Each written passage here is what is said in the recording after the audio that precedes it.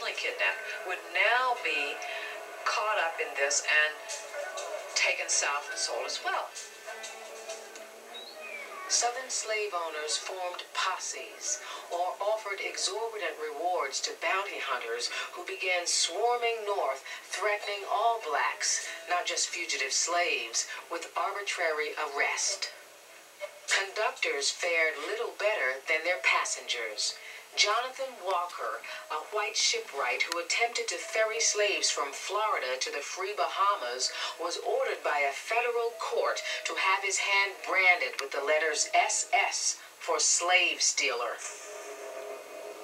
The Fugitive Slave Law of SSS for 1850 Nazi. was not a doubt unconstitutional. There were many clauses in that law that were so favorable to the South that freebooters, both North and South, took advantage of it and kidnapped free Negroes and sold them into slavery. In the state of Illinois, bordering on the Ohio River, nearly all the free Negroes were kidnapped and sold into slavery by 1851. Illinois Senator Shelby M. Cullen.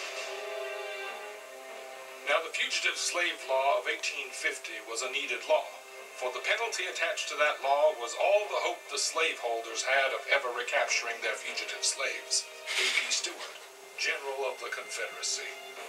The Fugitive Slave Law in 1850 called upon non-slaves, black and white, to help in the return and the capture of fugitives.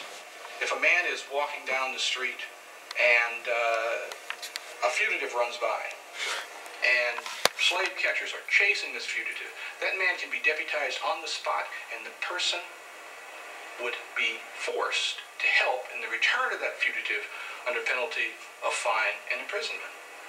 The Fugitive Slave Law of 1850 was extremely effective, in large part because it was so harsh. And the federal commissioners, they work by fees.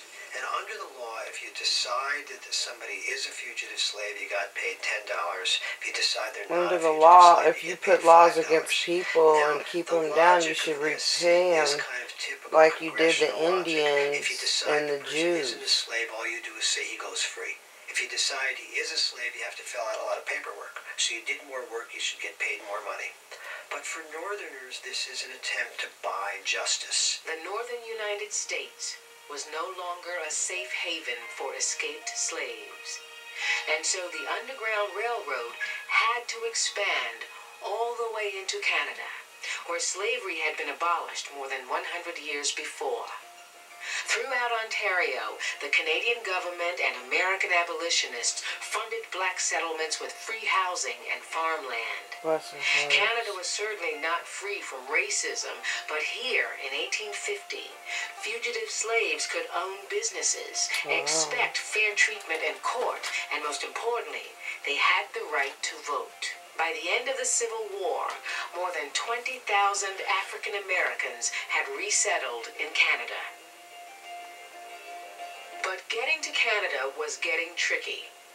And in 1850, William and Ellen Craft were caught in the crossfire of the Fugitive Slave Act. They had reached Boston and were immediately sent into hiding.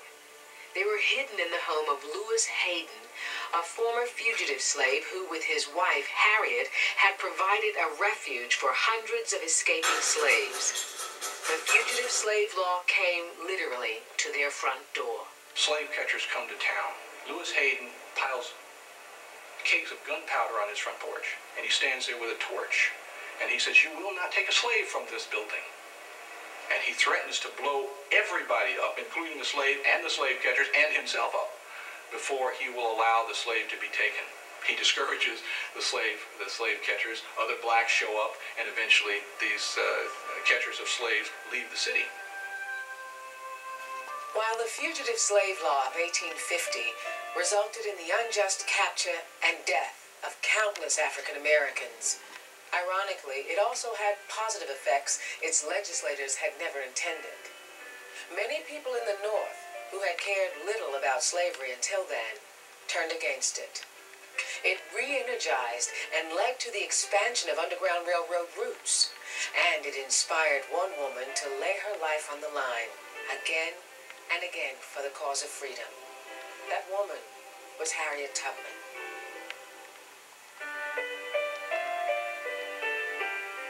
Join us tomorrow for part 2 of the Underground Railroad, here on the